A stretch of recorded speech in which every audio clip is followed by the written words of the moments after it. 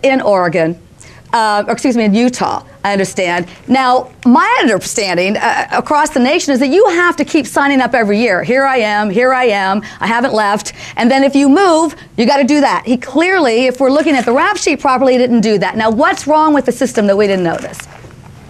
Well, generally what happens is there's a big case that's made when people don't register, and you can face more criminal charges. So it's a big deal that we found these children, and it's a break for their community, it's a break for their family, but it's also a big break for law enforcement, who is really going to be focused on this convicted sex offender. And keep in mind, these are going to be federal charges because they involve interstate travel and interstate kidnapping, where he's moved the kids or transported the kids. So I know law enforcement's going to want to talk to them, speak with them, find out how many charges this guy is going to be facing. While he's only facing one charge right now that he's being held on, we can expect to have a lot more charges facing this guy very, very soon, and I don't think he's going to see the light of day for a long time. Well, if he is in fact guilty, let's hope that's true. Paul Henderson, prosecutor, why do we not keep better track of these people? This is about the 500th story I have covered, you know, especially during my time in America's Most Wanted. I mean, there's got to be a better way that we can keep track of these people.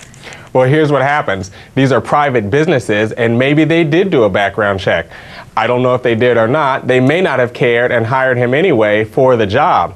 I know we're hearing a lot of talk about it, but he definitely will be facing charges for not registering in that state as well. I just think those are going to be a small part of what he's likely to be facing in court, given the scope and the nature of his activities involving these two boys.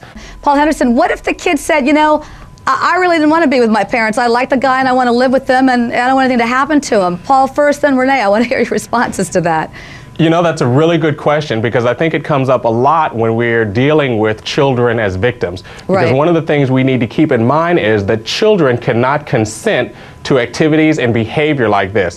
When they're involved in kidnapping, when they're involved in assaults or sexual contact, especially children under the age of 14, there is no consent. It's not okay, even if the children say, I want to leave home, I want to leave my community, I want to go with you. It's not okay. It's still a crime.